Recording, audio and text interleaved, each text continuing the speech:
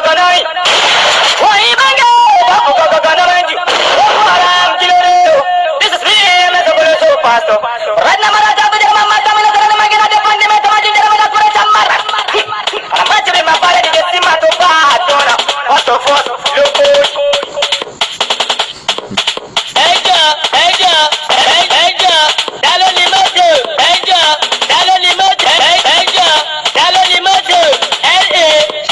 Chevy 1.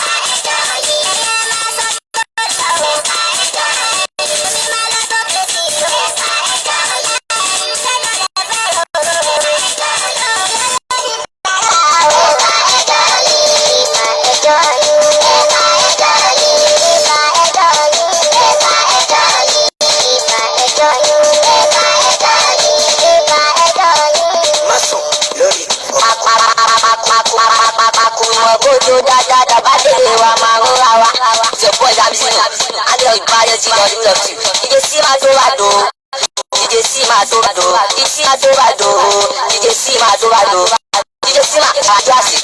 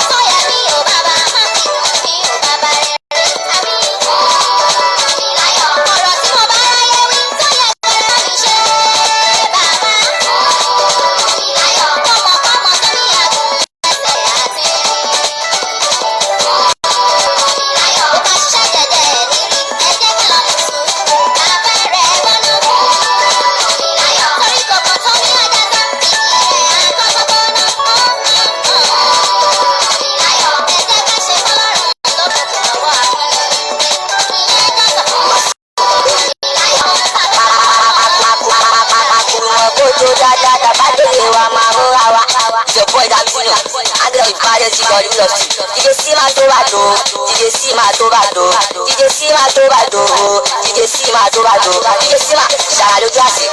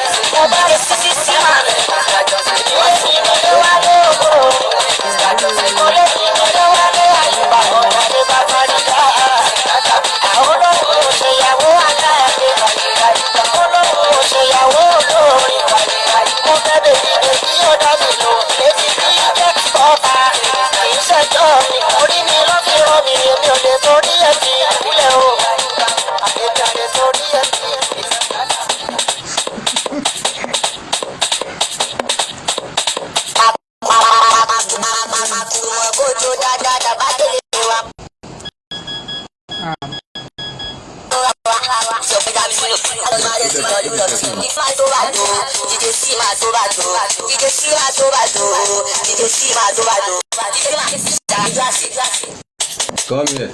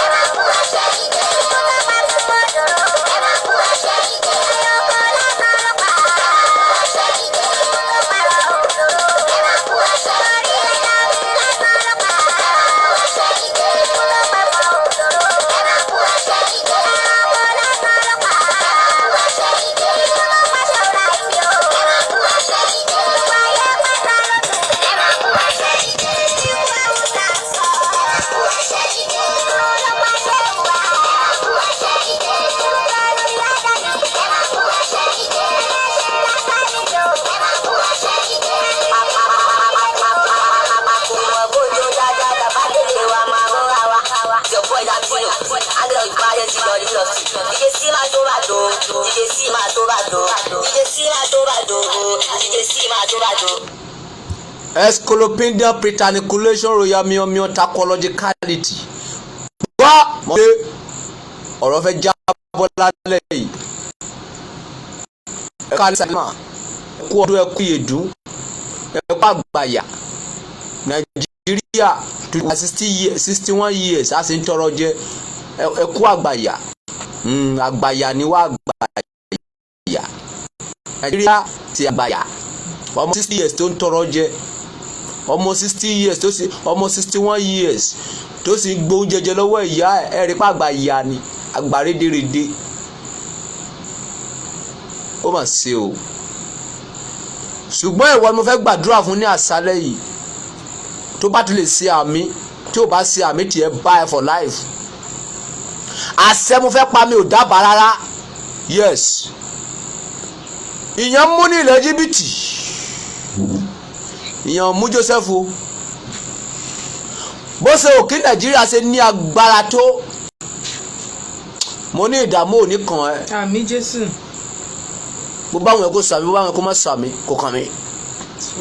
Holy Center ìyẹn mú gbogbo ilẹ̀ Ísírẹ́lì ìyẹn mú dẹ́dọ̀ Èlíjà àti opó yẹn tó bá rí bẹ́ẹ̀ mo ní bó ṣe òkè ogun kó jà tó nínú Nàìjíríà mo ní kò ní délé rẹ̀. Àmín Jésù Kristi. Holy Center ẹ̀yin mùsùlùmí òdodo mo kí lé ní o asalaamualeykum. Wa alaikum salam wa rahmatullahi. a fẹ́ sọ̀rọ̀ nínú alukoran ní àṣálẹ́ bẹ́ẹ̀ ni alukoran la fẹ́ fi bá a sọ̀rọ̀ ní àṣálẹ́ yìí a ti ka odù ifá lé ní alukoran ni ẹ̀yin àfa ẹ̀ wá gbọ́rọ̀ lẹ́nu ọba Solomoni fún gbogbo àgbáyé kẹ́lẹ̀ mọ̀ wípé mo sáwọ́ mo ṣe àfa mo ṣe pásítọ̀ mẹ́ẹ̀ta ni mo ń ṣe kẹ́lẹ̀ mọ̀ pé mi kì í ṣe ẹgbẹ́ bàbá alákú bàbá anybody tó ẹgbẹ́ nílé ayé yìí ẹ wá gbọ́ ìwàásù ẹ wá gbọ́ wáàsí láti inú alukoran mímọ́ àwa kì í ka hadith àwọn hadith fake tẹ́ ṣe jọ kì í ka yẹn tẹ́ sọ wípé ọjọ́ Jímọ̀ ni àwọn dá Ádámù ọjọ́ Jímọ̀ lọ́lọ́run dá ayé àtọ̀run ẹ̀yin onírọ́ burúkú wọ̀nyí.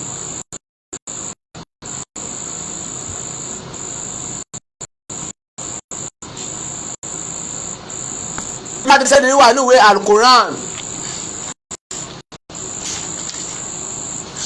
alukoran chapter 6 alukoran chapter 6 verse 132 to 158 àti fẹ́ sẹ́lá sálẹ̀ I come again nǹkan tá a fẹ́ ka alukoran tá a fẹ́ ṣiṣẹ́ lé lásàlẹ̀ ó wà nínú ìwé alukoran chapter 6 verse 132 to 158. ẹ̀yin ọba ẹ wá gbọ́rọ̀ ẹ̀yin olówó Nàìjíríà tẹ́ lówó tẹ́ lọ́pọlọ ẹ wá gbọ́rọ̀ mo rí àwọn tó ṣe rálì lẹ́ni ní ojú ọ̀tá something like that mo rí wọn lẹ́ni sẹ́rí ẹ̀yin tẹ́ máa ń ṣe rálì yẹn orí yín òkè máa ń pé orí yín burú ẹ̀ sí i mo ti sọ fún yín pé tẹ́ bá ti fẹ́ ṣe rálì yín ẹ di point kan mú point ẹ máa di point ẹyọ kan mú ẹ kàn sọ̀rọ̀ kátàkátà ọ̀rọ̀ tó ní mínì Buhari must go ebi ń pa wá àrùn jẹ revolution now èwo la fẹ́ dìmú bẹ̀ ẹ sí èrè tẹ́ bá ti fẹ́ ṣe rálì hold one point. We need revolution and stand on it. That's all. Kì í ṣe ká máa wí kàtàkàtà tó ní mí nì.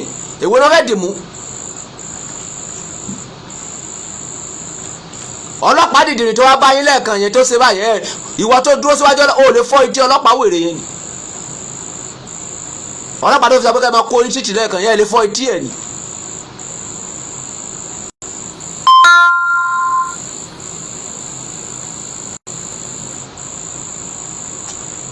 Buhari must go. Ebi para ìlú. Revolution now. Yoruba nation. You are born bastard. If you want to do rally, stand on one point. and stand on it. Wọ́n ní Heli Ramalit wọ́n ní báwo ló ṣe sọ̀rọ̀ yìí wọ́n ní àgbẹ̀dẹ tó bá lu irin lójú kan ó ní nǹkan tó rí ń bẹ̀. ọ̀rẹ́ ẹ̀kọ́ dáná máa sọ tó bá pẹ́ revolution lẹ́fẹ̀ẹ́ dì mú ẹ di revolution mú tó bá pẹ́ náà Buhari must go lẹ́fẹ̀ẹ́ dì mú ẹ di Buhari must go mú ẹ má máa wí kántankantan. ẹ dìde nínú ilé without sense ẹ bá fẹ́ dìde nínú ilé tẹ̀ bá rẹ́ni fún yín ní sẹ́sẹ̀ pè mí kí fún yín ní sense.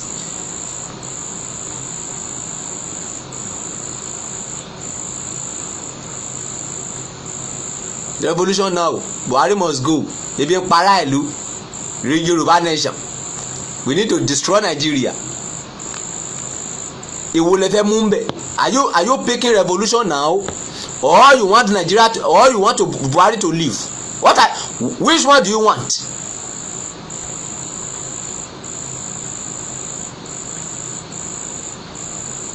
Hold a point. Ẹ̀yin tí ẹ jẹ́ ọ̀gá àwọn tó máa ń ṣe rally yẹn bá wọn sọ̀rọ̀.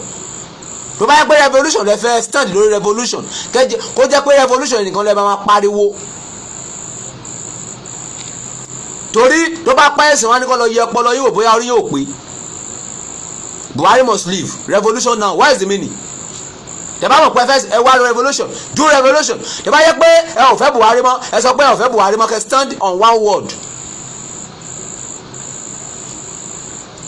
Don't just waste your time on the road without any point.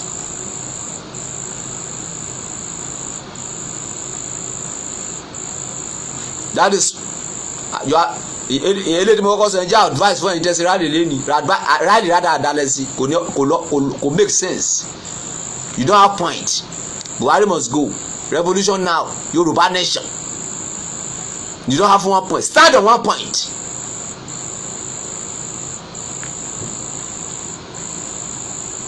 Èèyàn máa stand lórí ọ̀rọ̀ ẹyọ kan tó bá bèrè ọ̀rọ̀ lọ́wọ́ ẹ lẹ́ni ọ̀rọ̀ tó sọ lẹ́ni yẹn repeat ẹ lọ́la tó bá tún bèrè lọ́tùnla repeat ẹ tó bá tún bèrè ilé ẹ lọ́tùnla tó repeat ẹ wọ́n á mọ̀ wípé ọ̀rọ̀ yẹn gangan ló jẹ́ ẹ lógún wo fẹ́ kó igi wọ́n bẹ́ igi léegi tó kí ẹ lẹ́wọ́n akọ́yàn náà. Our solution in Nigeria is a revolution. Àtúntò òfin is law is our problem in Nigeria. Law ni problem wa. Òfin orí burúkú tẹ́ mú òfin 1999 òun ló dá Nigeria rú.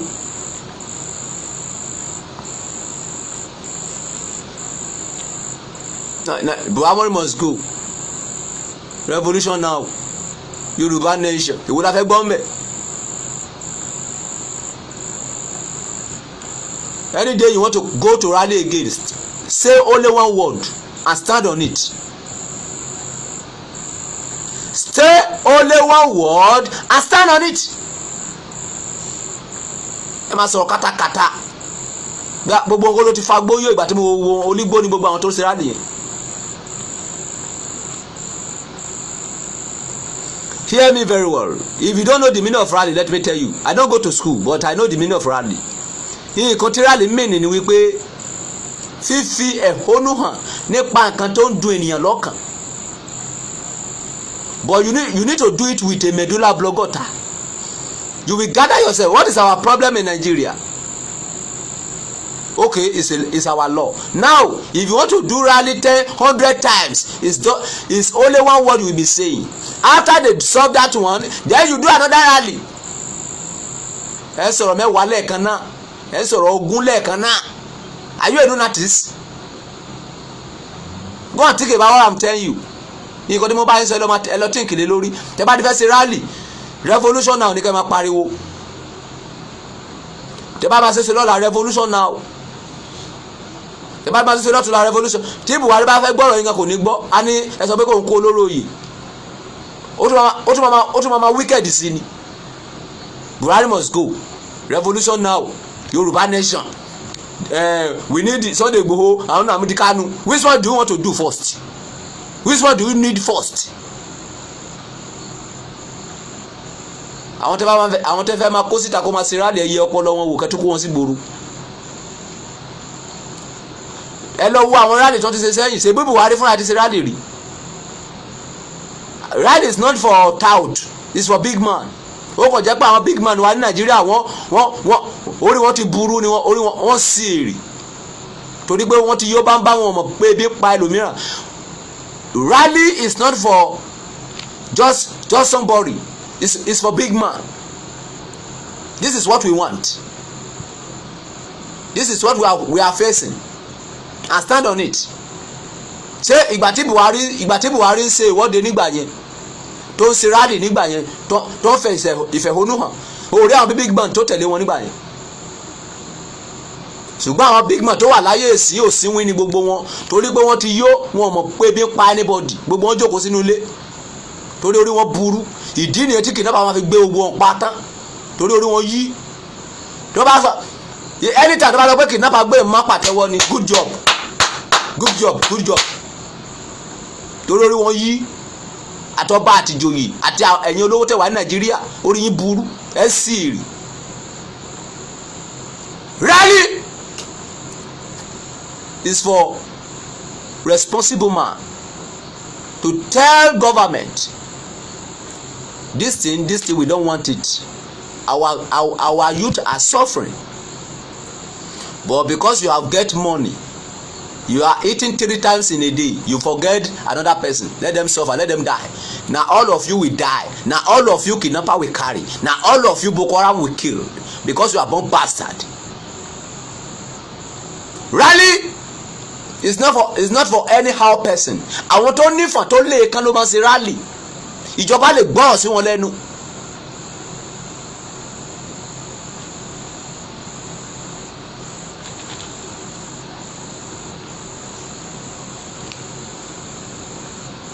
That is 1. 2. Ìgbà tí mo wo dáyàrí mi lánàá, àwọn tó ń wá ọkọ tó wà ní iwájú mi, ìgbà tí mo kà wọ́n, they are like 200. Àwọn obìnrin tó wá ọkọ tó sọ pé alàgbà wọn nídìí ọkùnrin tó ń dẹ̀ níṣẹ́ lọ́wọ́, they are like 200. Àwọn ọkùnrin tó nídìí ìyàwó, they are like 100.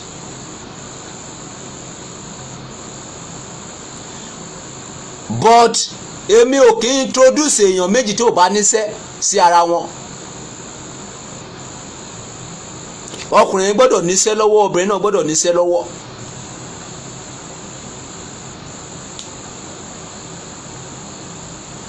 Mi ò dẹ̀ kí máa introduce èèyàn tó jẹ́ wípé wọ́n máa demand fún mi wípé ẹni tó ga ló ń fẹ́ o, ẹni tó kúrú ló ń fẹ́ o, Ìgbò ló ń fẹ́ o, Ìkàràbà. No, I don't want to hear that. What I want to hear is let the will of God be done in my life.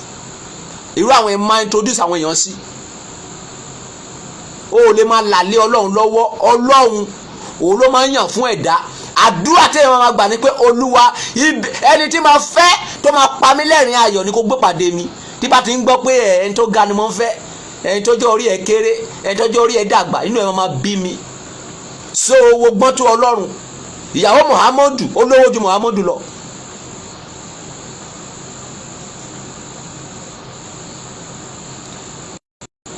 Wọ́n bá ti ń wáyàwó torí pé ẹ ń wá sọ́ọ̀sì ní ló fẹ́ kí gbégbé kúwe. Ẹ máa sọ wípé ìlérí Olúwa ni kò ṣẹ nínú ayé mi.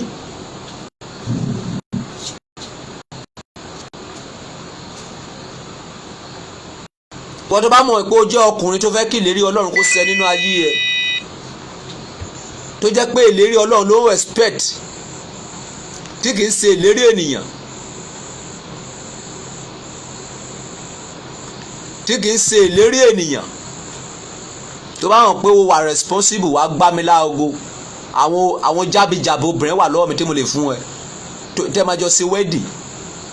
Mi ò ní gba wọn náírà lọ́wọ́ ẹ, but màá rí ẹ face to face, màá fẹ̀mí wádìí ẹ bóyá oníjìbìtì ni ẹ, bóyá jẹ́ lọ́yẹ́.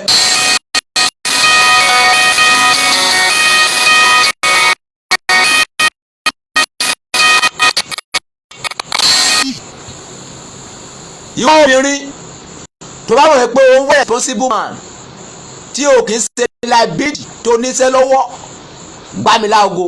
Àwọn ọkùnrin gidi wà lọ́wọ́ mi tọ́lọ́run súre fún, ṣùgbọ́n mi fẹ́ máa gbọ́ wípé ìsoko mo fẹ́, má là mo fẹ́. No, Let the will of God be done in my life.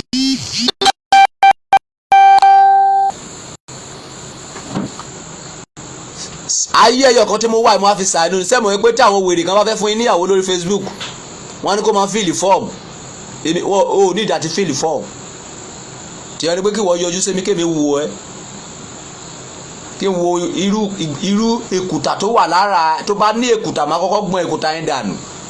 Mi ò lè introduce ẹ sí èèyàn kó tún lọ fi ẹ tó ti ń lo mọ́tò mẹ́wàá kó bá lọ fẹ́ ẹ tán kó bá lọ máa ní mọ́tò kan no a máa kọ́ gbọ́n èkúta wèrè tó wà lára ẹ dànù.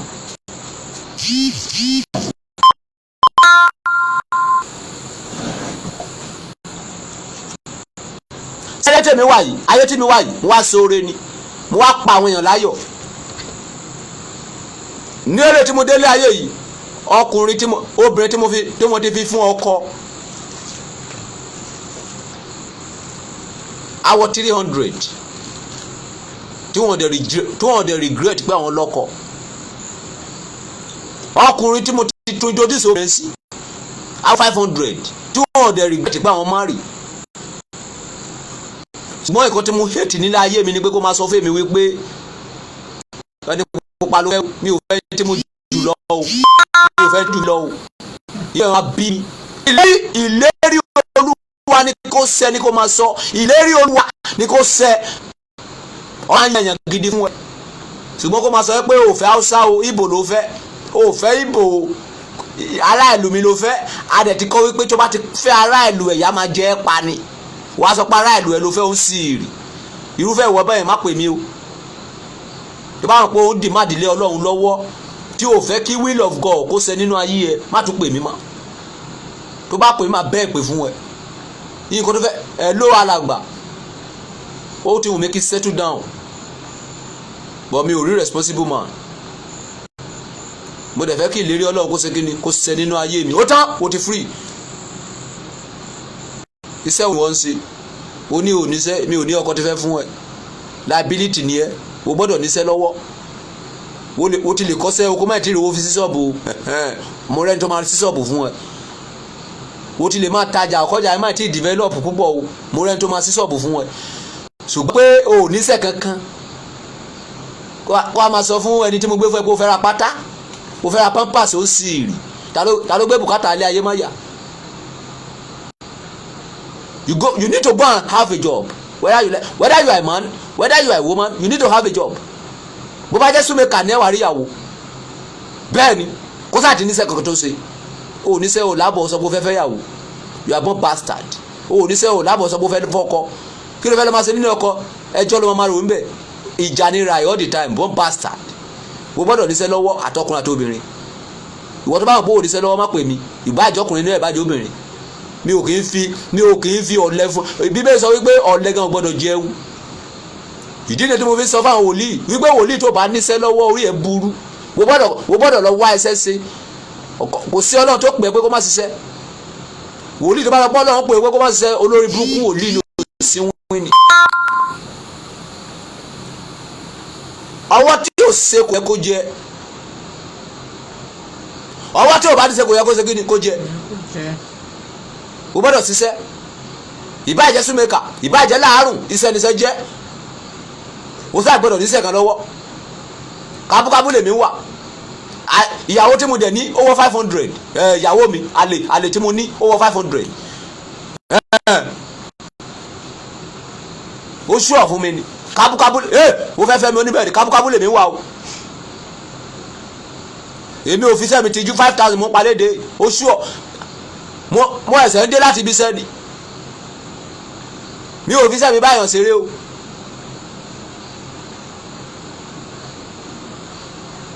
information tó fẹ́ fún ẹni ẹ̀wọ̀n tó bá wà pé responsible man ni ẹ tó fẹ́ settle down pè mí tó bá wà pé o ti níyàwó tó fẹ́ fẹ́yàwó kejì má pè mí o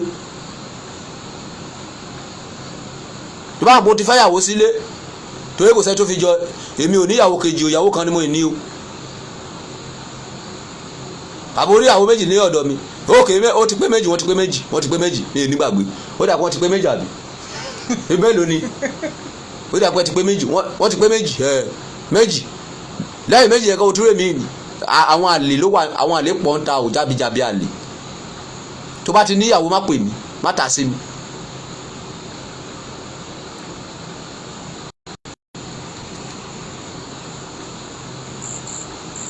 Jábẹ́ ó mà ṣe o, wọ́n ṣépè àlè sọ mí ni, orogún ìyá mi ló ṣépè àlè sọ mí pé ìwọ yìí ó máa yan àlè kú ni. Mo ní àmì ìgbádùn ni, bá jọbẹ̀ fọ́lé ní máa jọbẹ̀ wídú lọ́la, tí bá jọbẹ̀ wídú lọ́la máa jọbẹ̀ ẹ̀gúsí lọ́túnla, tí bá jọbẹ̀ ẹ̀gúsí lọ́túnla máa jọbẹ̀ ata lọ́rùn ní ìrèní.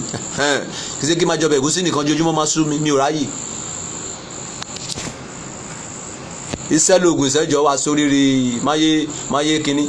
So bó ṣe rí nìyẹn, ìwọ tó bá mọ̀ pé ó wà responsible tó níṣẹ́ lọ́wọ́, ìbáàjẹ́ obìnrin ìbáàjẹ́ ọkùnrin, àwọn ọkùnrin gidi wà lọ́wọ́ mi, àwọn tó wà lókè òkun wà ń bẹ, àwọn tó wà ní Nàìjíríà wà ń bẹ, àwọn tó wà ní Kútọ́nù, àwọn tó wà ní Dubai, máa connect yín mọ́ra. Ṣùgbọ́n tó bá bà orúkọ mi jẹ́, máa fún ẹ lọ́fà lórí, máa pa ẹ́ dànù. Tí bá introduce ẹ sí èèyàn, o gbọ́dọ̀ ṣe ọmọlúwàbí ń bẹ. Tó bá lọ sí wọ́nranwọ̀nran, máa dá grade sí ẹ báṣubàṣu. Torí pé kí ni, mi ò ní gbowó lọ́wọ́ ẹ kí ti fi ọkùnrin fún ẹ, mi ò ní ìdàtí register, ò ní ìdàtí sẹ́ríngìtò kí mi ò fẹ́ mọ̀ bíi ti Esabod sọ pé òun fẹ́ fún yín lọ́kọ tó ní kẹ́ máa sẹ́ríngìtò. Esabod ní problem.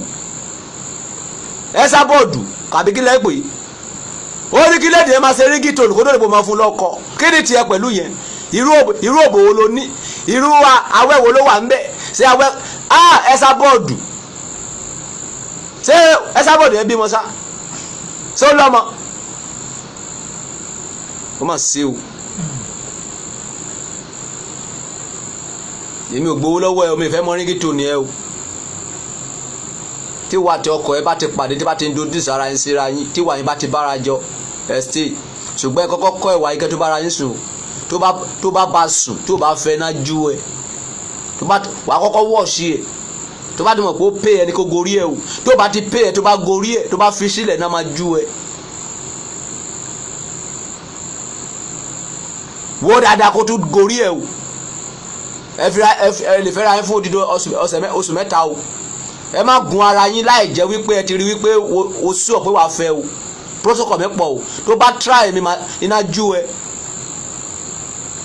Torí pé kí ni mo wá tún ayé ṣe ni mi wá ba ayé jẹ́, kò sí test and go o. Nǹkan téèyàn wá ń wò lára obìnrin ní ìwà. Ọkùnrin tó bá ti ń wo ẹwà, ó máa dó òkú wá ní problem. Obìnrin máa gba etí ẹ̀. Má máa wo ẹwà tó bá ti fẹ́ fẹ́ obìnrin, ìwà. Wàá wo obìnrin ìwé sẹ́rí tó bá fẹ́ mọ obìnrin gidi ọjọ́ tó bá ti kọ́kọ́ pè é. Hello. Láti ọ̀dọ̀ ọba Solomoni mo ti pè yín. Ó sọ pé báwo ni, kí lorúkọ yín? Kúnlé lorúkọ mi. Kúnlé báwo ni? Ó tọ́ pé obìnrin olóburúkú ni o lè fẹ́, delete ẹ̀ torí tó bá wọlé kò lè ní respect. Ṣé o ti jọ ní tó fẹ́ máa lárúkọ ọmọ ẹ lórí ni? Kí ló yẹ forí burúkú? Èmi gan mi tẹ̀lé obìnrin tó bá ní respect mi lè introduce ẹ̀ sí èèyàn. Màá ti bèèrè lọ́wọ́ ẹ̀ ṣe bó rí bí àwọn mi ṣe ó ní bẹ́ẹ̀ ni. Ṣé o lè ṣe bẹ́ẹ̀ fọ́kọ ẹ̀? Ó ní òun ò lè ṣe, ó yá get out. Tó bá lè bá ọ̀fọ́kọ ẹ̀ mi ò lè fi ẹ́ fẹ́ èèyàn. Òbò ẹ máa jẹrà sílé ni. Obìnrin tó bá ti gbà fún ọkùnrin, àdúrà ò lè gbà. Ọkùnrin tó bá ti gbà fún Jésù, tó ti sin Jésù, tó ti sin Ọlọ́run, àdúrà ò lè gbà. Ọkùnrin tó bá ti ní Ọlọ́run, ó máa gbogbo owó ẹ̀ pátá ó máa fi so oògùn kú ni. Àfáà ló máa gbà, babaláwo ló máa gbà, torí pé kí ni ó kẹ̀yìn sí ẹlẹ́dàá, ó kẹ̀yìn sí olùgbàlà, èyí tí ṣe Jésù Kristi, èyí tí ṣe Ọ̀rúnmìlà, èyí tí ṣe Ìsá nínú Al-Quran. Obìnrin tó bá ti lè ní respect, ọ̀wọ̀ tó jinlẹ̀ fún ọkọ ẹ̀, má pè mí pé o ní ìdí ọkọ o.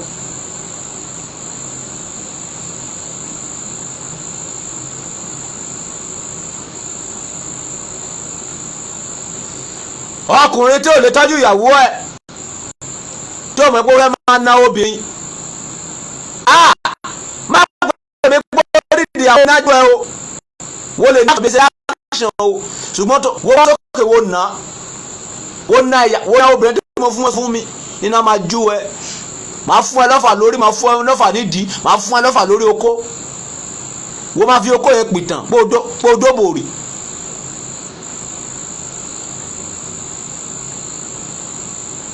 mo ní obìnrin tí mo ti fi fọ́kọ sẹ́ tí mo ti fi fọ́kọ no be small wọ́n regret torí pé kí ni màá béèrè lọ́wọ́ ẹ wípé ṣé o fọ́yẹ̀ tó ìyàwó mi yìí a ní rárá ṣé o fọ́yẹ̀ tó nínú ṣé oko lódùmọ̀ ló fà tó fi ń bọ̀wọ̀ fún mi kí ló fà tó fi ń bọ̀wọ̀ fún mi torí pé ó fẹ́ rojú èrè Ọlọ́run ó fẹ́ bímọ gidi ó dẹ̀ fẹ́ jèrè ọmọ obìnrin tó bá fẹ́ jèrè ọmọ ó máa bọ̀wọ̀ fọ́kọ tọkọ ẹ bá sọ̀rọ̀ kò ní fèsì ọmọ ẹ ló máa wá san èrè yẹn fún obìnrin tọkọ ẹ bá ń sọ̀rọ̀ tó bá ń sọ̀rọ̀ kò lè jèrè ilé ọkọ ọmọ ẹ kò lè gbọ́ ọ̀sí lẹ́nu no matter your money no matter no matter your beauty you are born bastard with your beauty ìwọ ló máa kọ́ fáyìn ni ẹlòmíín fáyìn òbú ẹ ti jẹrà tán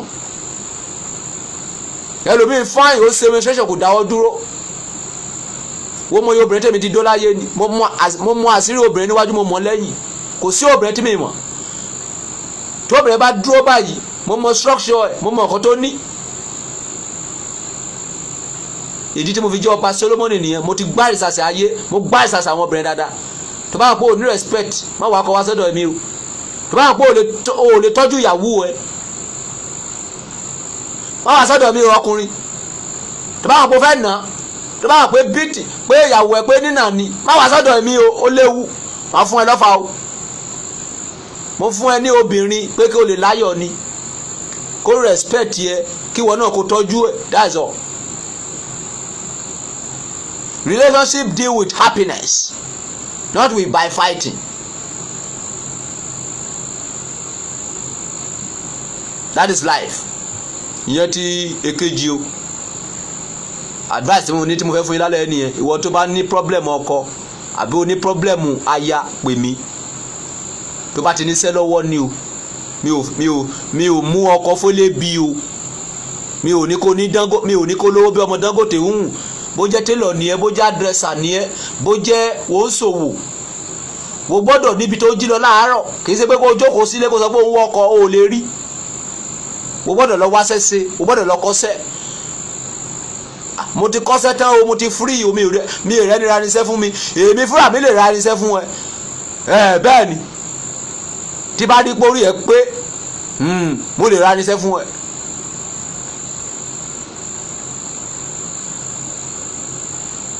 ṣùgbọ́n ò ní sẹ́ wọ́n wá gbé ẹ sílé kó lọ máa rojọ́ orí burúkú kiri àdúgbò mi ò ṣe yẹn o òun lẹ ti gbọ́ yẹn nọ́mbà mi ló wà lókè yẹn kì í ṣe báyìí ló máa pè mí o tá a bá ti parí program wàá pè mí wàá sọ condition ayé ẹ fún mi wípé ìwọ kọ́ wo nídìí ọkọ máa bè ṣé o ní respect o ní bẹ́ẹ̀ ni o ti rọ́kọ èmi kọ́ mo nídìí aya o ṣé o ṣú ọ̀pọ̀ fẹ́ settle down àbí jẹ lọ ló wá tó bá ti jẹ lọ tó bá try ẹ ò ní ṣerú ẹ̀ mọ́ màá fún ẹ lọ́fà lórí oko kò sí jẹ lọ lọ́dọ̀ mi o ẹ tó bá fẹ́ marry tó rẹ́dà ti marry ló wà lọ́dọ̀ mi kì í ṣe tó fẹ́ wá sí girlfriend and boyfriend no mi ò ní lọ́wọ́.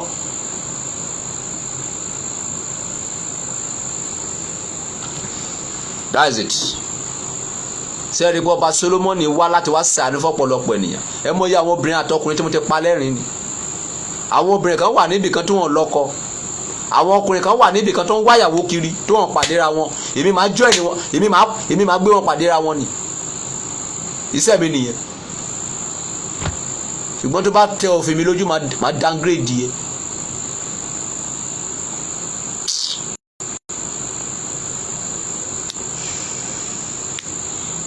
Al-Quran chapter 6 ṣé o lè ka mi ò fẹ́ yà Al-Quran gabagaba o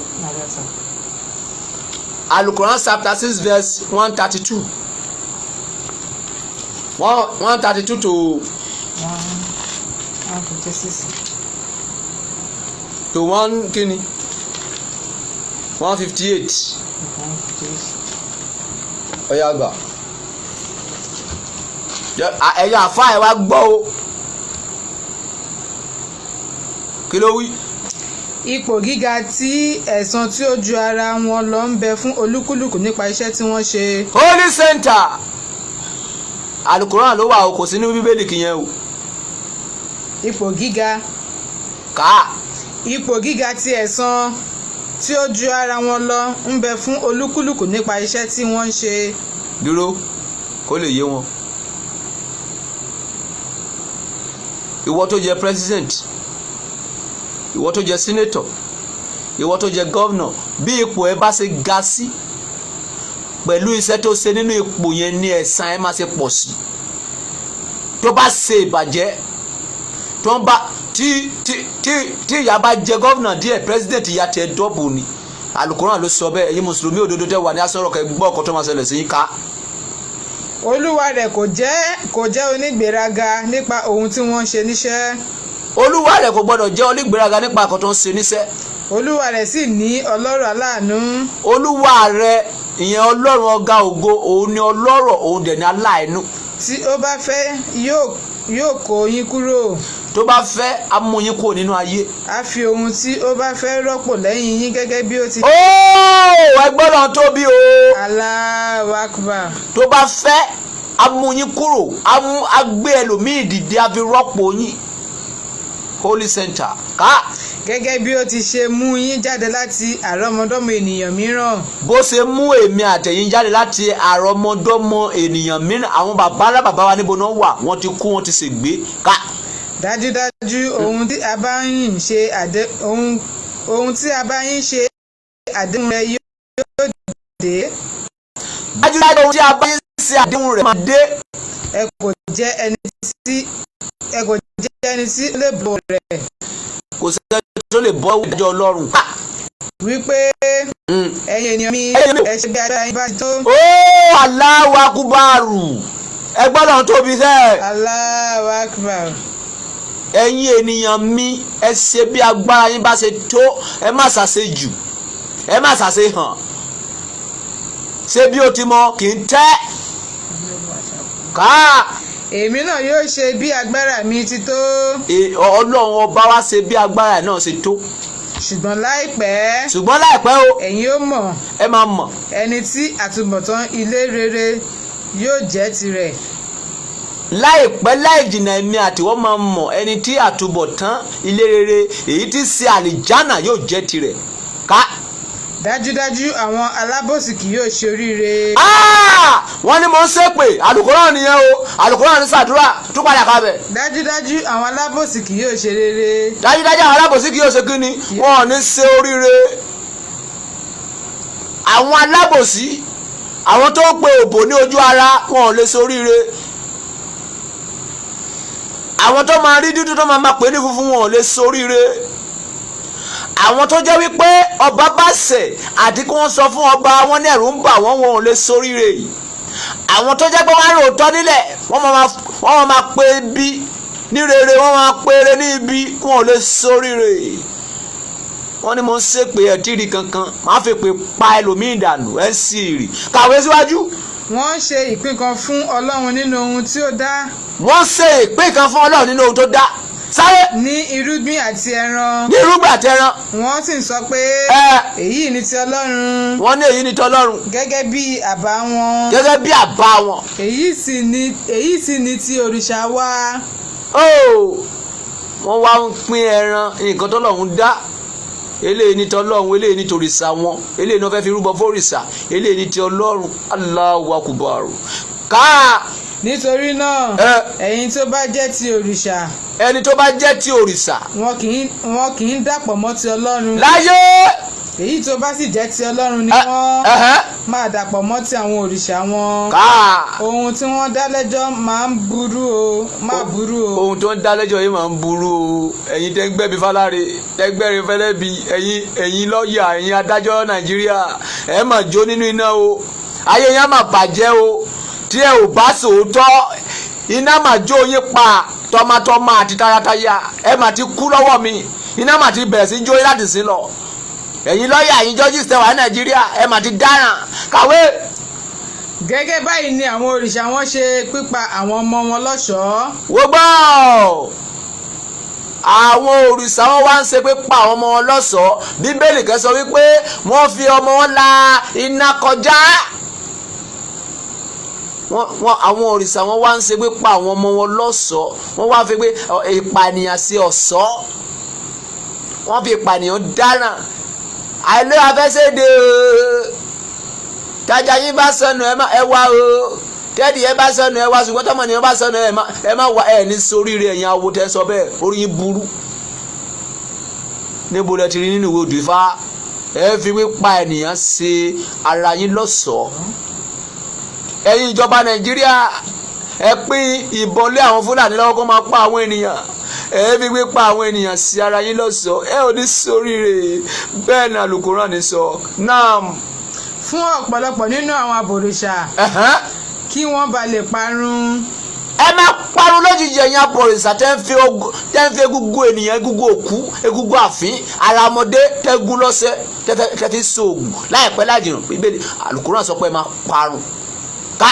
àti láti jẹ́ kí ẹ̀sìn wọn rújú fún wọn.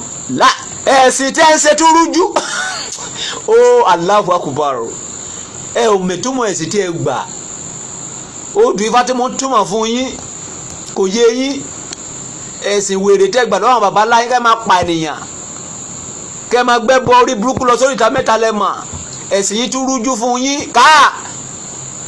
tí ó bá ṣe wípé Ọlọ́run fẹ́ wọn.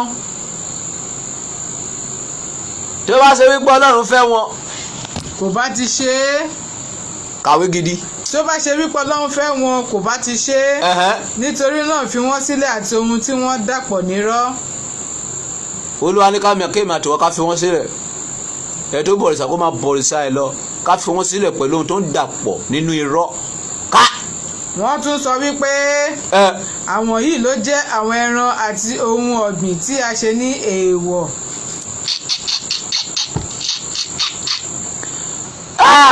Allahu Akbar ọ̀rọ̀ Ọlọ́run máa mímí ayé o ọ̀rọ̀ Ọlọ́run máa mímí ayé ó mímí ayé ó mímí òkun ọ̀rọ̀ Ọlọ́run máa mímí ayé o ọ̀rọ̀ Ọlọ́run máa mímí ayé ó bá wa sọ̀rọ̀ nínú Kùránì ó bá wa sọ̀rọ̀ nínú Odù Ifá o ọ̀rọ̀ Ọlọ́run máa mímí ayé o ọ̀rọ̀ Ọlọ́run máa mímí ayé ó bá wa sọ̀rọ̀ nínú Bíbélì o ó bá wa sọ̀rọ̀ nípasẹ̀ wòye Ọlọ́run Ọlọ́run máa mímí ayé o ọ̀rọ̀ Ọlọ́run máa mímí ayé gbogbo káàná. ẹnìkan kò gbọdọ̀ jẹ wọ́n àyàfi ẹni tí àwa bá fẹ́. ẹnìkan ò gbọdọ̀ jẹ ẹran kan àfi ẹni tí àwa bá fẹ́. dúró wo oníran fẹ́yàn pé kó lọ gbé àgbò wá kó fi ṣèrúbọ kó fi ṣètùtù ìwọ àtìyàwó ẹ mú ìtàn àgbò ẹ yán sórí àká ebi ń pa ẹni tó lọ gbé wá ẹ jẹ burúkú ìyà nínú iná kàwé. gẹ́gẹ́ bí àbá wọn. gẹ́gẹ́ bí àbá wọn. àti pé àwọn ẹran kan bẹ tí à ń ṣe eyín wọn ní èèwọ̀. kàwé síwájú. okay àwọn ẹran kan sì tún bẹ tí wọn kì í dárúkọ Ọlọ́run lé lórí. ní ti àdàpà irọ́ mọ́ Ọlọ́run. ní ti àdàpà irọ́ mọ́ Ọlọ́run ká. Ọlọ́run yóò san wọ́n lẹ́san nípa irọ́ tí wọ́n dá àdàpà rẹ̀. Ọlọ́run máa san wọ́n lẹ́san nípa irọ́ tí wọ́n dá nìkan pamọ́ Ọlọ́run wípé Ọlọ́run sọ wípé Ọlọ́run rán wọn igbá àwo ìkòkò bàbá ìsásùn ẹ̀ sì rì. kàwé. wọ́n tún sọ wípé ohun tí ń bẹ ní ikùn àwọn ẹran wọ̀nyí jẹ́ ti àwọn ọkùnrin wa nìkan ṣoṣo.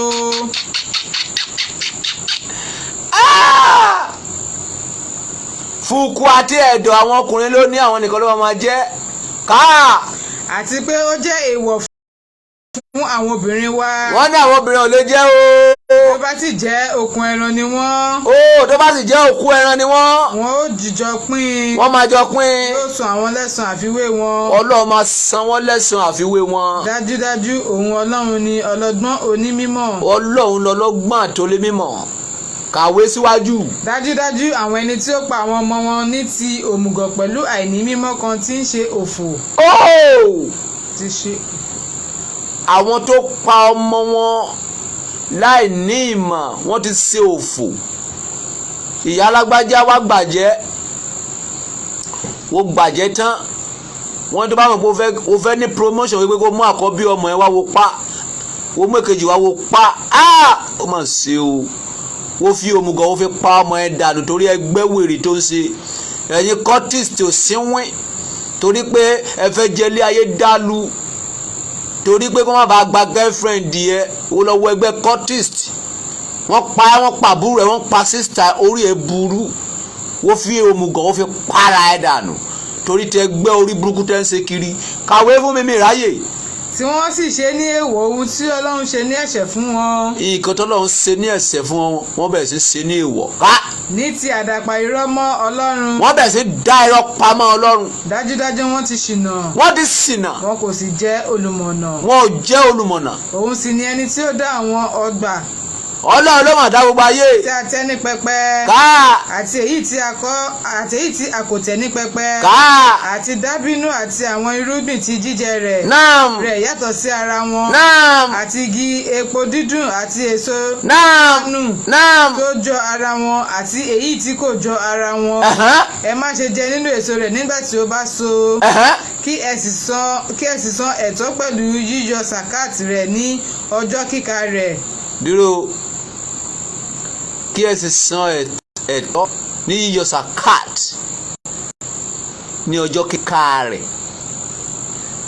nínú bíbélì àkọ́bí ìbísí oko rẹ̀ o gbọ́dọ̀ yọ ìdámẹ́wàá ẹ̀.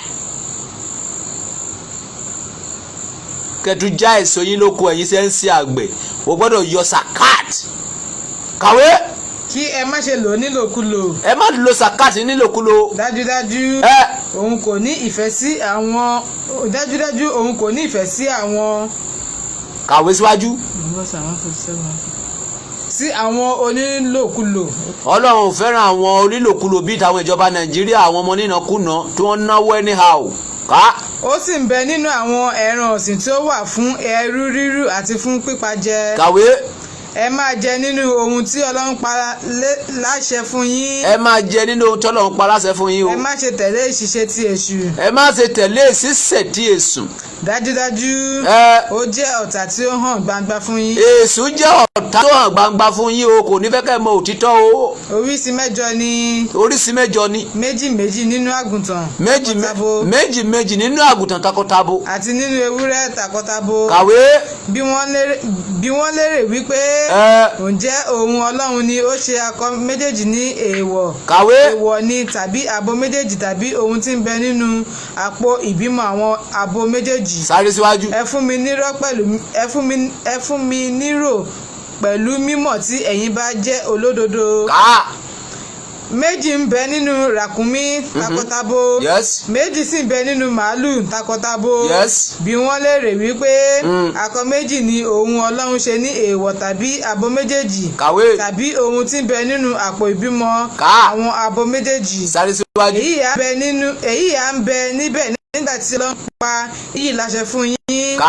nítorí náà ẹnìkan kò ṣe àbòsí ju ẹni tí ó dá àdàpọ̀ Ọlọ́run lọ. dúró ìwọ tó bá ń dá irọ́ pamọ́ Ọlọ́run rán ẹ pé kó ṣe gbá kó ṣàwo tọ́lọ́run dẹ̀ rán alábòsí ni ẹ.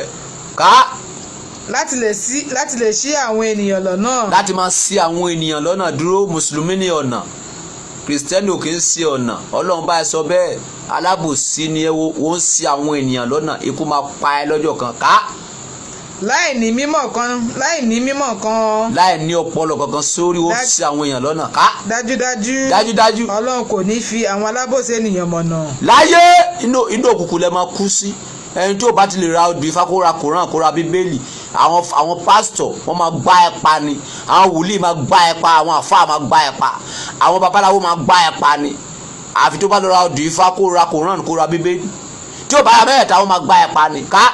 sọ pé èmi kò rí kinní kan nínú ohun tí a fi ránṣẹ́ sí mi tí a ṣe ní èèwọ̀ fún jíjẹ fún ẹni tí yóò jẹ àyàfi èyí tí ó jẹ́ òkú ńbètè àti ẹ̀jẹ̀ tí ń dà jáde àbí ẹran ẹlẹ́dẹ̀ nítorí pé dájúdájú oúnjẹ ẹ̀gbin àbí èyí tí ó lòdì sí òfin nítorí orúkọ tí kì í ṣe ti Ọlọ́run ni a fi pa á. Nítorí náà ẹni tí túláàsì bá mú láì jẹ́ pé ó finúfẹ́dọ̀ fẹ́ rúfin tàbí kọjá ẹnu ààlà dájúdájú olúwa rẹ̀ jẹ́ aláforíjì aláàánú. dúró ibẹ̀ yẹn ò lè yé wọn. wọ́n ní òun ò ṣe ẹran kankan léèwọ̀ fún yín yàtọ̀ sí ẹran tó bá kú tàbí tó bá jẹ́ ẹlẹ́dẹ̀. ó ní ṣùgbọ́n ẹni tó bá jẹ́ pẹ̀lú túláàsì bóyá ẹbí fẹ́ lù pa kò ní option. kí ló lọ sọ pé òun ṣe.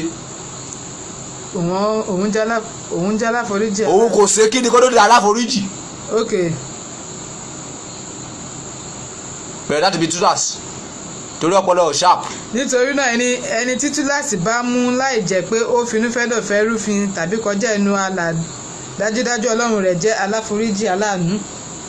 tí ò bá jẹ́ pé ó finúfídọ̀ fẹ́ rú òfin tó jẹ́ pé bóyá ebi yẹn ti fẹ́ lù pa ló fi jẹ ẹlẹ́dẹ̀ kàbí ẹran tó kú òun nìkan ló máa gba ẹnu òun nìkan ló máa foríjì. ṣùgbọ́n ìwọ tó jọ jẹ ẹran ẹlẹ́dẹ̀ ìwọ tó lọ jẹ ẹran tí wọn ò gbà fún ẹ tó dá nìkan kú pẹ̀lú ẹ̀ṣẹ̀ ò ní láforíjì o. kàwé. a ṣe ní èèwọ̀ fún àwọn Yárúdì gbogbo. a ṣe ní èèwọ̀ fún àwọn Yárúdì yìí. ẹran abẹ́kan náà. ẹran abẹ́kan náà. àti nínú màálù àti àgùntàn. àti nínú màálù àti àgùntàn. a ṣe ọrẹ àwọn méjèèjì ní èèwọ̀ fún wọn. a ṣe ọrẹ àwọn méjèèjì ní èèwọ̀ fún wọn. àyàfi èyí tí ó wà ní ẹ̀yìn àwọn méjèèjì. àyàfi èyí tó bá wà lẹ́yìn àwọn méjèèjì. àbí fún wọn. àbí fún wọn. àbí èyí tí ó rọ́pọ̀ mọ́ egungun. èyí jẹ́ ẹ̀san fún wọn nítorí àbòsí wọn.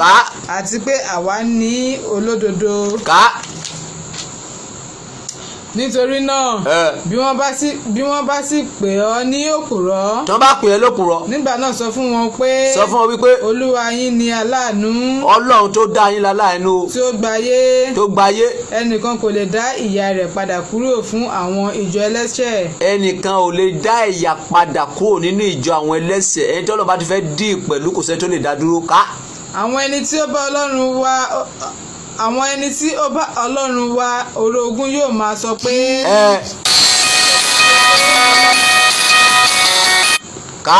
tí ó bá ṣe pé Ọlọ́run bá fẹ́ ni àwa kì bá ti dá nǹkan kan pọ̀ mọ́ Ọlọ́run. kàwé.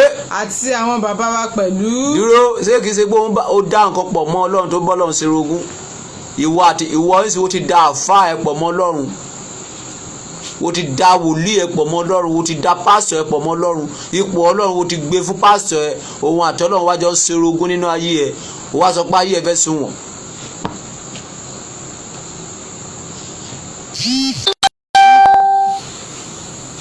sit down very well, don't be silly.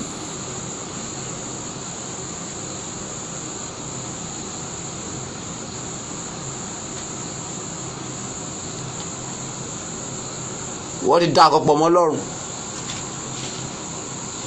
kàwé síwájú. sit down very well má fara tì. go look your Bible. ká. àwa kì bá ti ṣe kinní kan ní èèwọ̀. ká. báyìí ni àwọn tí ó ti ṣíwájú wọn ti pe ọ̀rọ̀ Ọlọ́run nírọ́. àwọn tó ti síwájú wọn ti pe ọ̀rọ̀ Ọlọ́run nírọ́. dúró padà sínú ìwé kí lórúkọ ẹ̀ padà sínú ìwé Matthew 5 kí ẹ lè mọ̀ pé ọ̀rọ̀ Ọlọ́run ẹyọ kan ni. Matthew 5 verse 10.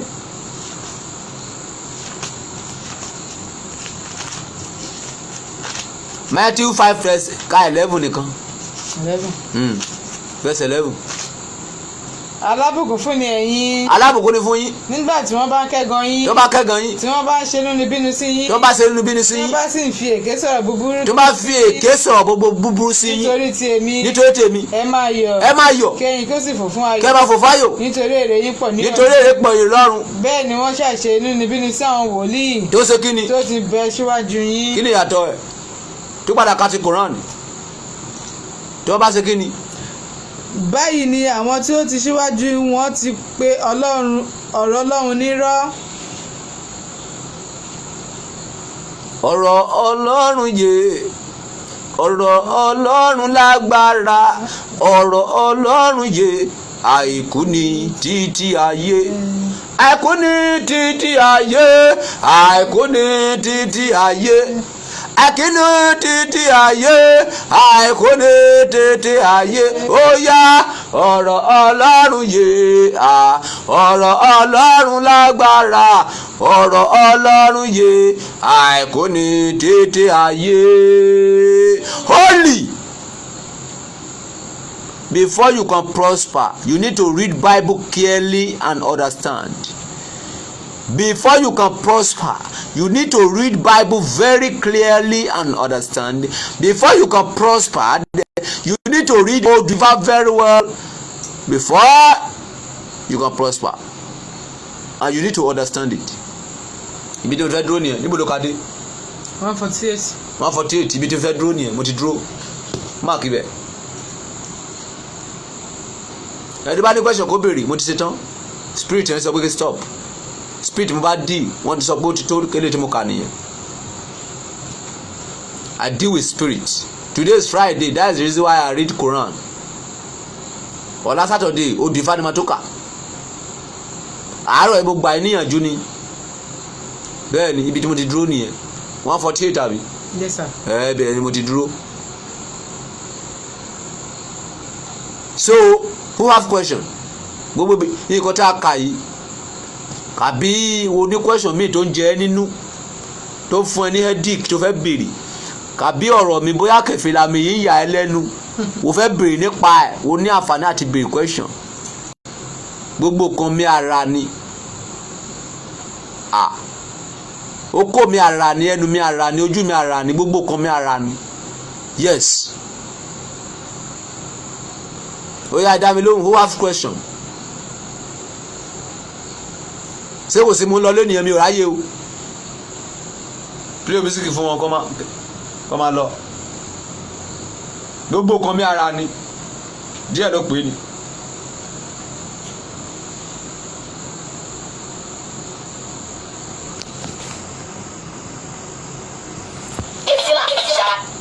Jẹ́ kó máa lọ, jẹ́ kó máa lọ.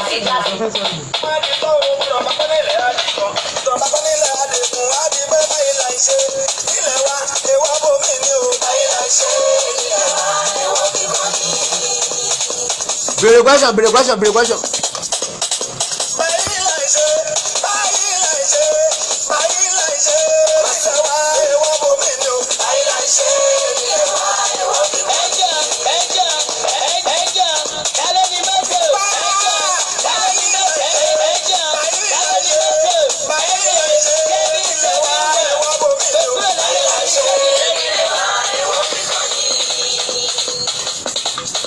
Jackie àgbàlagbà oyè mò ń bọ̀ Jackie dúró mò ń bọ̀ professor down question yìí.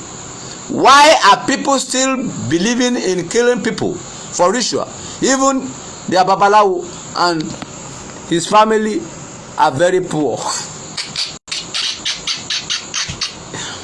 Na nothing dey worry them. Babalawo tó sọ́kò fẹ́ ṣe oògùn owó fún ẹ kò rí lé kọ́ kò rí yàrá kan kọ́ kò rí lẹ̀ rà ẹ dẹ̀ ń believe ẹ ti ń sí i òsínwín ni o àwọn òsínwín ló ń believe irú kan bẹ́ẹ̀ yẹn babaláwo sọ pé ó fẹ́ ṣe oògùn owó fún ẹ babaláwo kẹ òrílé kọ́ kí ló tó ṣe oògùn tó bá yẹ pé oògùn owó yẹn da kí ló tó ṣe oògùn owó yẹn fún ara Joseph Lape orí wọn ní òpè orí wọn òpè ló fà tó fi ṣe bẹ́ẹ̀ jákó máa lọ èdè dúró má ti jẹ́ kó lọ èní à ń ṣe àjọyọ̀ 61 Nigeria independence ẹkú àgbàyà ó yá pé.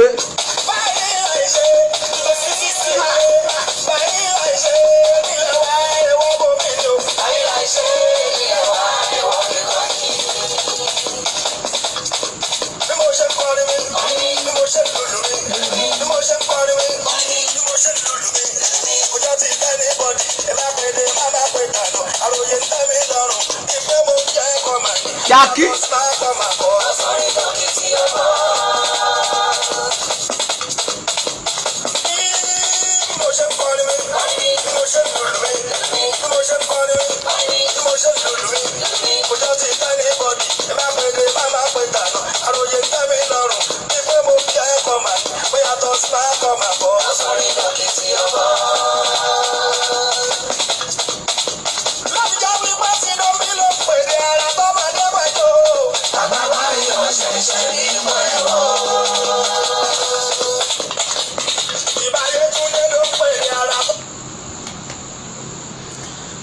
Can you please tell me the name of your church? The name of my church is Odu Ifa Quran Bible Church of God.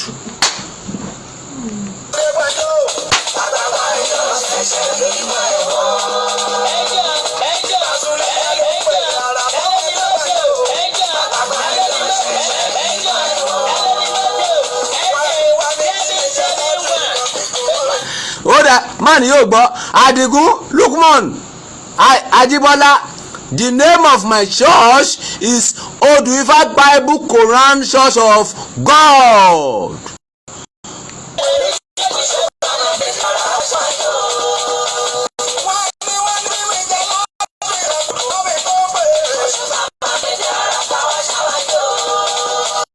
Ajipo. Sorry me. Sorry me.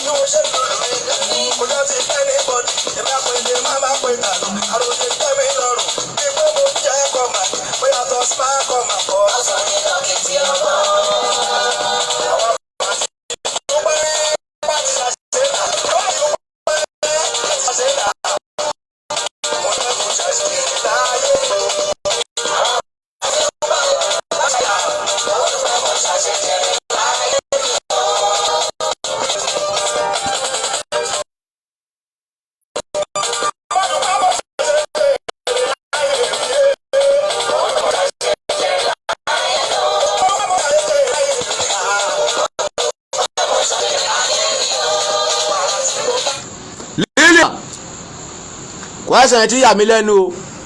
How do you know where to read in Quran and Odu Ifa? Na spirit of God now. Ẹ̀mí ló máa darí mi, ẹ̀mí máa darí mi pé ó yá lọ sí Odu Ifa báyìí kó lọ kà. Àwa interpret ẹ̀ fún mi kémi tún kà fún yín. Eléyìí tí ò bá interpret fún mi tán tí bá ti ń kà á lọ́wọ́ máa interpret ẹ̀ fún mi. Ọlọ́run ni kì í ṣe ènìyàn. Ọlọ́run ni kì í ṣe ènìyàn. Ọlọ́run ni. Kí sábà wọ́pọ̀.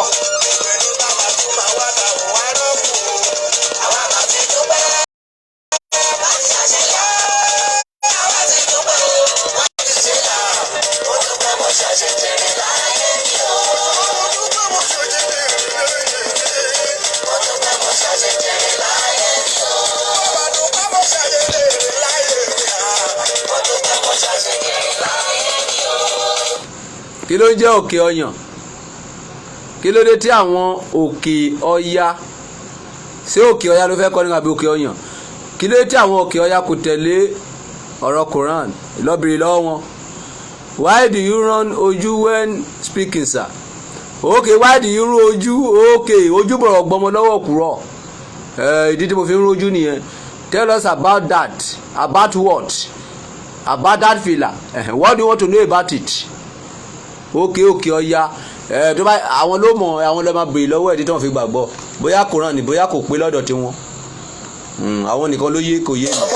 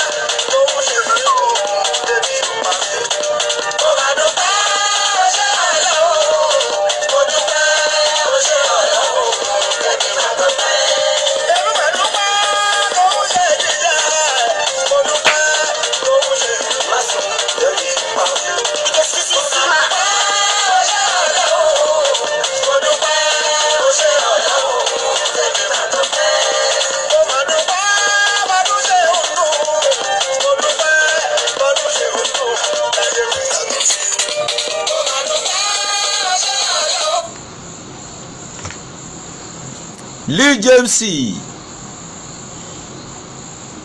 Palo. If you want to know about Lanroye Ogiroke, wo máa lọ sí zoo, wo máa lọ sí ibi tó ń gbé kìnìún sí, wà á ní kó tú gèètì sílẹ̀. Yes, wà wá gbá etí kìnìún, wà á dá ẹ̀sùn mọ̀. Ibi tí àkọsẹ̀jáyé ẹ̀sùn wà nìyẹn. Wà á lọ sí ibi tó ti ń sin kìnìún, wà á ní kó tú sílẹ̀ pé ó fẹ́ bá kìnìún ṣeré, wà á kàn dé ọ̀dọ̀ kẹ̀, wà á kàn gbá etí ẹ̀ gbá, wà á rí ẹ̀sùn. Lanroye Ogiroke á ṣàlàyé ara ẹ̀ fún ẹ. They follow, but at the same time they have justice that want to kill.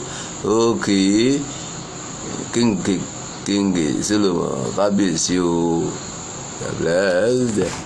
Ó pọ̀ tó bá fẹ́ dá ẹ̀sùn mọ̀, wà lọ sí ọgbà kìnìún, wà gbá etí kìnìún, èso àfarahàn á túmọ̀ ara ẹ̀ fún ẹ.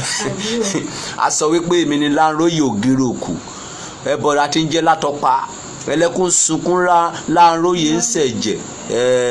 A sọ fún ẹ tó bá gbá kìnìún létí, inú kìnìún gangan ni Lanroye ń gbé. Tó bá fẹ́ dá kìnìún, tó bá fẹ́ dá Lanroye mọ̀, wà lọ gbá etí kìnìún. Play music yẹn kí jó fún wọn díẹ̀ kí máa lọ. Mo ti ń lọ.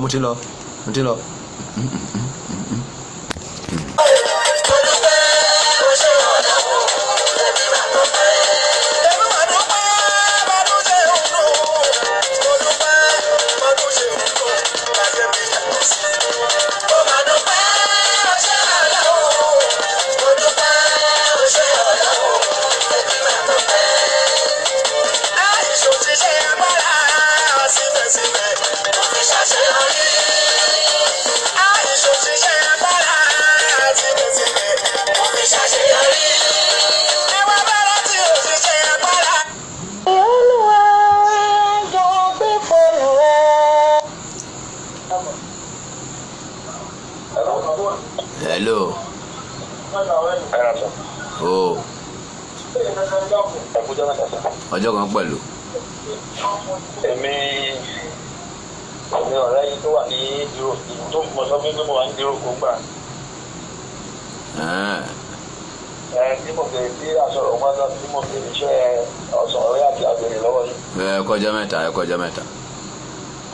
Èmi ò mọ Kúránì kà. Mo ti lọ mọ ra Báíbù tuntun mọ rẹ̀ ra Kúránì tuntun mo wá pé àbúrò mi kan tó kéwù. Ok. Ó ní òun wá sọ pé òun ò mọ pé Kúránì wọ́n fọ yẹn kò yé òun. 114 chapter 114 verse 1 to end. Al-Quran chapter 114 verse 1 to end. Quran chapter 114. Yes, verse 1 to 6. 6 ni last kene verse here. Verse mẹ́fà ló ní. Verse mẹ́fà péré ló ní. Bẹ́ẹ̀ ni kò gùn. Òun ni last Quran. Òun ló last Quran pátápátá lẹ́yìn Quran pátápátá. Òun ló last. Bẹ́ẹ̀ ni. Hello. Èmi ò gbédè, mi ò Yorùbá lè mí kà. Òun náà tó last mẹ́fà ni. Ó yá ẹ lọ kà sí. Ó nìyẹn. Olúwa ṣeun. Iṣẹ́ yẹn mo ń ṣe lọ́wọ́ sà. Àmín. Ọlọ́run fún yín ṣe. Máa pè é padà sà. Ok. Jẹ́ kí ìjà kí àgbàlagbà oyè máa lọ.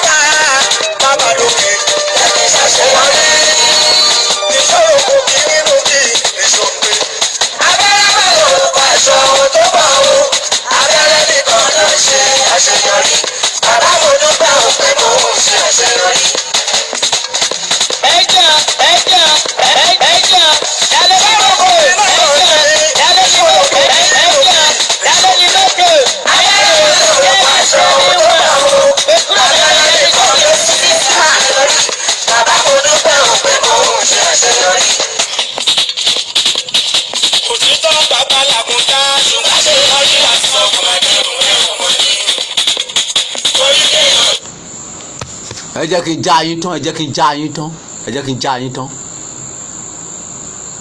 jẹ́ kí n já yín tán. sóyè yín ṣé tẹ́ bá ti rí pásítọ̀ tó jẹ́ pé tó bá ń gbé báìbù tó máa lejú tó bá ń ka bíbélì tó máa lejú tó máa claim holy ó dóbò ju àìrá lọ irú wọn yẹn máa ń gbé èèyàn sówó. tó bá ti rí pásítọ̀ tó wàásù ọ̀sẹ̀ kínní ọ̀sẹ̀ kejì ọ̀sẹ̀ kẹta ọ̀sẹ̀ kẹrin tí ìwàásù yẹn ò dé ọ̀dọ̀ ẹ̀ kì í ṣe ènìyàn Ọlọ́run. ìwàásù gbọ́dọ̀ kàn ẹ́ ìwọ fúnra tó ń wàásù ìwàásù gbọ́dọ̀ kàn ìyàwó ẹ̀ ó gbọ́dọ̀ kàn ọmọ ẹ̀ you are a man of God. Bíbélì sọ fún mi wípé tí wọ́n bá sọ pé ò dẹ́ṣẹ̀ ó ní ẹ̀yin tanra yín jọ ó ní èké nìyí gbogbo apáta ẹlẹ́ṣẹ̀ ni wá èmi já mi ò kì í ṣe pásítọ̀ kúẹ́kúẹ́ pásítọ̀ tó máa ń pretend àwọn àlèmí olóye àlèmí pọ̀ bí iyanrìn tí òkun.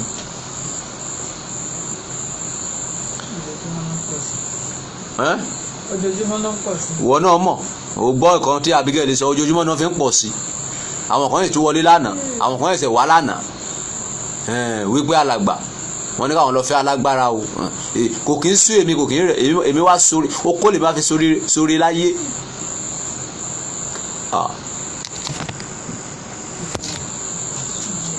èmi máa sóore kú ni mo máa fọkó sóore kú ni ó mà ṣe o. ayé sì wà jábíjábí ayé sì ń bẹ nílé ọ̀dàgùtàn ẹ wá ògo rẹ̀ pé ọkọ máa bọ̀ wọlé wọlé wọlé nísinsìnyí ẹ wá ògo rẹ̀ pé ọkọ máa bọ̀. ayé wà jábíjábí ẹ̀jẹ̀ mi ò ní gbẹ láyé mo ń renew ẹ lójoojúmọ́ ni mo ń renew ẹ. mi ò sí tọ́lọ́fẹ́ sá o èyí máa ń gbowó ni o kó tún ṣe wàá sanwó ìwọ ló wá bá mi gíṣẹ́ mi ló wá bá màá kọ́ gbowó náà mi ò ṣe dọ̀fẹ́ o mi ò lè ṣe tánkẹ́jẹ́ mi máa ń gbẹ kí n má rówó fi rògùn ẹ̀jẹ̀ o wà táwa fẹ́ ṣe wàá kọ́ ra martina wàá ra mọ́ọ̀tì wàá ra ẹni títù sí nígbà tí ṣe tán báyìí màá kọ́ dà yẹn mu.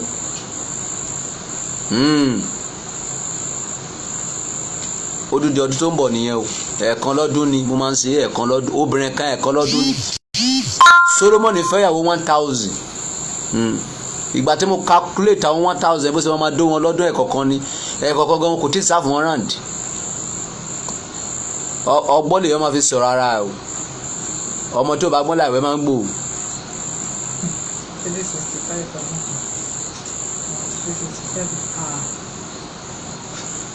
ẹ̀ẹ́kẹ́ mi kẹ̀. ọdún mẹ́ta.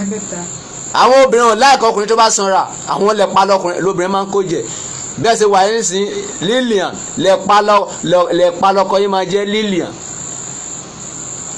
àwọn obìnrin wọn láìka ẹni tó bá sanra lẹ́pa ní mo ti gbá ìsàsà àwọn obìnrin lẹ́pa.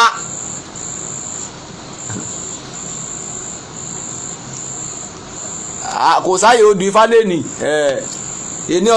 èní ọjọ́ Jímọ̀ èní ọjọ́ Jímọ̀ kéwú la ó fi wọlé kéwú la ó fi wọlé ilé ológo ilé aláyọ̀ kéwú la ó fi wọlé ìyẹn ọ̀kan èní lọ́jọ́ Jímọ̀ kéwú la ó fi wọlé kéwú la ó fi wọlé o kéwú la ó fi wọlé èní lọ́jọ́ Jímọ̀ ó fi wọlé. kò sí àrà tí ò sí lọ́wọ́ mi kò sí àrà tí mi lè dá ògbóni tó sọ kò sára tí mi lè forí dá kò sára tí mi lè forí dá èmi máa gbádùn kú ni ìwọ tó ráyè ronú ni kó máa ronú kò kàn mí wàá ronú kú gbérégédé ọ̀sán apá ẹ̀dà ní ronú apatẹ́sán mú ẹ make yourself happy make yourself happy nothing concern you with anybody kí ni tiẹ̀ pẹ̀lú yẹn tabara obìnrin tó sọ pé orí òun yí ilé dànù tabara ọkùnrin tó sọ pé òun ya wèrè fílẹ̀ kó lọ fọkọ ẹ̀mí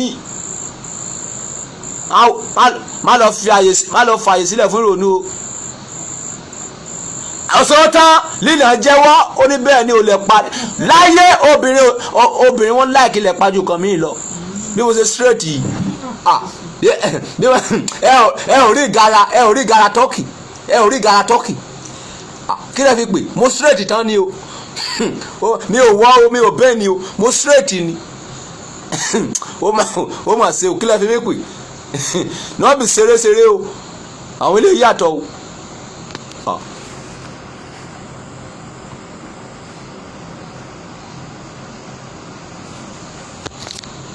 gbàgbé o tó bá fẹ́ mọ ọkùnrin tó straight bíbí ló máa ti mọ̀ wà á ti rí àárín ọwọ́ yẹn ẹ ti rí ó straight kò wọ́ ó máa straight ó máa nà ọkùnrin nìyẹn tó bá ti rí ọkùnrin tọ́wọ́ ẹ kákò báyìí tó ṣe báyìí bí ìsàlẹ̀ náà máa ti kákò rè má ta sí mọ́ ó ti yí ẹ tó bá ti rí ọkùnrin tó mú káwọ́ ọ̀ ti ga tó mú káwọ́ ọ̀ ti nà tó bá ti rí ìtàkùrú nǹkan tó wà nídìí ẹ̀ kò lè ju báyìí lọ gbogbo ẹ̀ lèbi ti gbá rìsàs. ó máa straight tán ni kò ní wọ́ gbàgbé o